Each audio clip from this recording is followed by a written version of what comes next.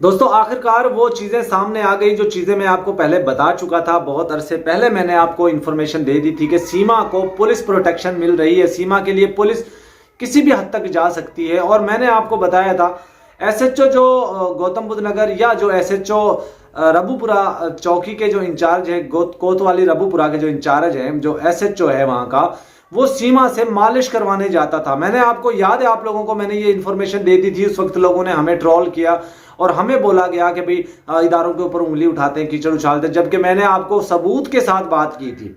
तो दोस्तों बहुत से लोगों ने, मैंने आपको यह भी बता दिया था कि इसके ऊपर चार्जशीट फाइल नहीं की जाएगी। मैंने वो भी आपको बताया, अभी तक चार्जशीट फाइल नहीं हुई। मोमिन मलिक जी ने कल ये भी खुलासा कर दिया। बहुत से चैनल्स के ऊपर मैं देख रहा था, लोग मोबाइल में ऐसे दिखा रहे थे कि ये देखो जी चार्जशीट फाइल हो गई है, बहुत अरसे पहले की हो गई है, जबकि वो भी नहीं हुई। मैंने आपको बता दिया पुलिस इसके लिए कुछ भी कर सकती है। पुलिस इसको, प्रशासन गाड़ियों में बिठाकर इनको रेस्टोरेंट पे खाना खिलाने के लिए लेके जाते थे, एमएलए से मिलाने के लिए लेके जाते थे, फार्म हाउसेज पे लेके जाया करते थे।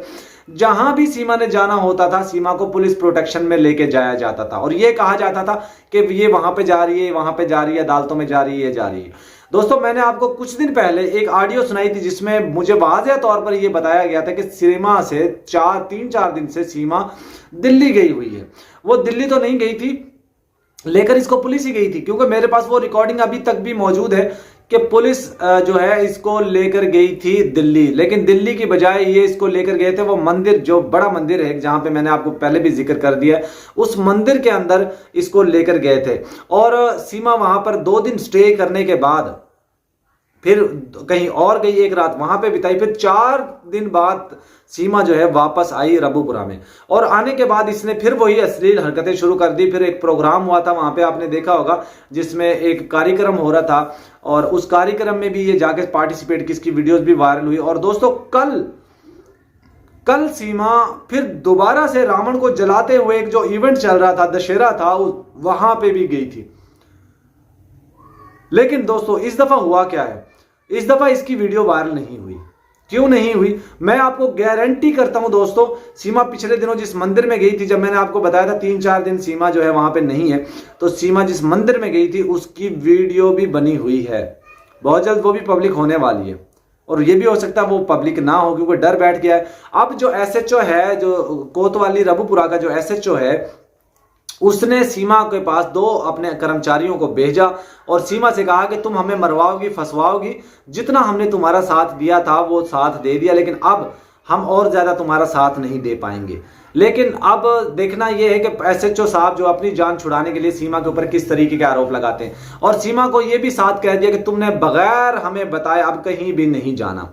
अब सीमा का जाना तो बंद हो चुका है, बाहर निकलना बंद हो चुका है, सिर्फ अब वो रबूपुरा में ही रहेगी और उसी घर में रहेगी। घर से बाहर निकलना भी उसके लिए मना कर दिया गया है।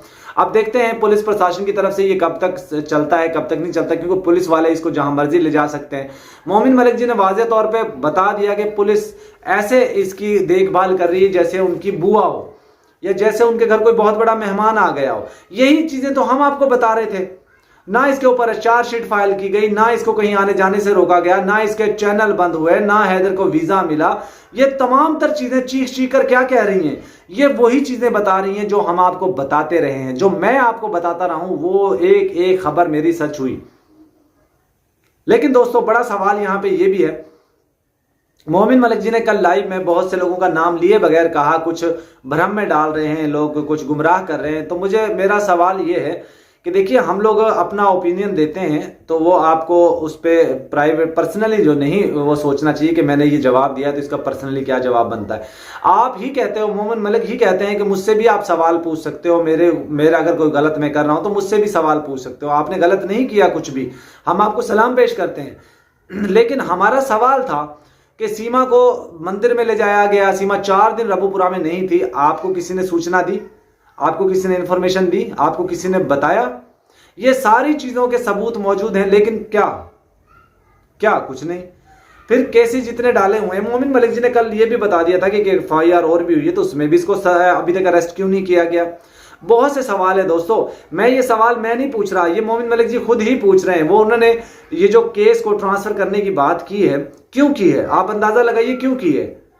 भाई जब कहीं से इंसाफ ना मिल रहा हो तो फिर इंसान दूसरी तरफ ही जा रहा होता है ना। इसीलिए मोमिन मलिक जी ने कुछ दिन पहले लाइव आए थे तो उसमें भी ये कहा था कि आप लाइव बंद क्यों कर रहे हैं, आप लोग लाइव करते रहें, ज्यादा से ज्यादा करें ताकि हुकूमत के कानों में जू रहेंगे। जाहिर बात है अगर कुछ सुनवाई नहीं हो रही है तभी मोमिन मलिक जी ने ये तमाम तर चीजें करने की कोशिश कर रहे हैं ना। लेकिन दोस्तों मेरी अपनी ओपिनियन है, चाहे मुझे कुछ भी कहता रहे, मुझे उससे फर्क नहीं पड़ता, मेरी अपनी ओपिनियन है। मैंने जैसे वीजे के हवाले से आपको बता दिया कि वीजा जो है 2 तारीख तक कहा गया था, 3 तक कहा गया था, 28 अगस्त तक कहा गया था, 24 अगस्त तक कहा गया था, उसके बाद अक्टूबर निकला, नवंबर भी निकल जाएगा पूरा, लेकिन मुझे नहीं लगता कि कुछ ऐसा हो पाएगा। दोस्तों जब भी वीजा मिलेगा आपको आपका भाई जरूर बताएगा। और एक चीज मैं आपको और बता दूं, हमेशा जो लोग सच बोलते हैं ना उनको लोग ट्रोल करते हैं, बुरा भला बोलते हैं, क्योंकि देखिए उम्मीद हमें है, हिंदुस्तान की गवर्नमेंट से हमें उम्मीद है कि वीजा एक ना एक दिन जरूर मिलेगा।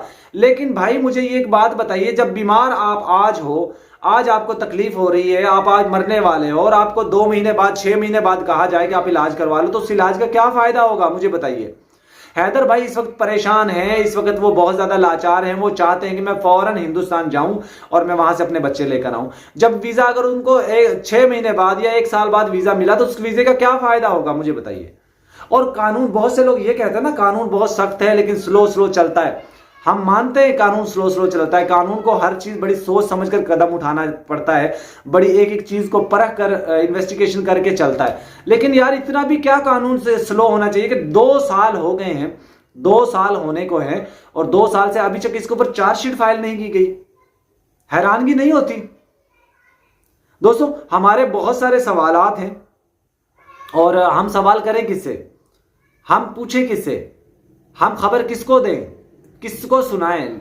दोस्तों एक खबर मेरी ये मान लीजिए उसके ऊपर स्टैंप लगी हुई है और मेरे पास बहुत से लोगों की ऑडियोज मौजूद हैं, बहुत से एविडेंस मेरे पास मौजूद हैं, वक्तन फवक्तन मैं वो भी चलाता रहता हूं। अभी रिसेंटली कुछ दिन पहले मेरी एपी सिंह से बात हुई थी और एपी सिंह से क्या बात हुई थी वो भी मैं चलाऊंगा।